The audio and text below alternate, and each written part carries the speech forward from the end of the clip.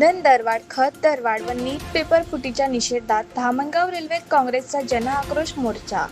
Dhamangaon railway शहरात केंद्र व राज्य सरकारच्या जनविरोधी धोरणाविरोधात काँग्रेस पक्षाच्या वतीने सोमवारी जोरदार जनआक्रोश आंदोलन करण्यात आले.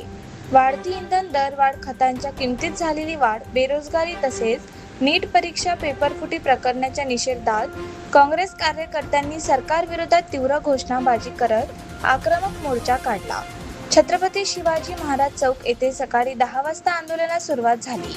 यावेळी काँग्रेस पदाधिकारी व कार्यकर्त्यांनी केंद्र आणि राज्य सरकारवर सर्वसामान्य जनता, शेतकरी व विद्यार्थ्यांच्या प्रश्नांकडे दुर्लक्ष केल्याचा आरोप केला.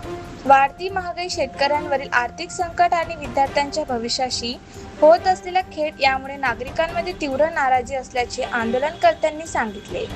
जनतेला दिलासा देण्यात सरकार पूर्णपणे अपयशी ठरले असून महागाईमुळे सर्वसामान्य नागरिकांचे जगणे कठीण झाले आहे. विद्यार्थ्यांच्या भविष्यासोबत खेळ करणाऱ्या पेपरफुटी प्रकरणाची सखोल चौकशी करून दोषींवर कठोर कारवाई करावी, अशी मागणी यावेळी करण्यात आली. तालुका काँग्रेस अध्यक्ष पंकज वानखडे यांच्या नेतृत्वाखाली पार पडलेल्या या आंदोलनात काँग्रेसचे पदाधिकारी, कार्यकर्ते व नागरिक मोठ्या संख्येने सहभागी झाले होते. आंदोलनामुळे परिसरात काही काळ राजकीय वातावरण तापले होते.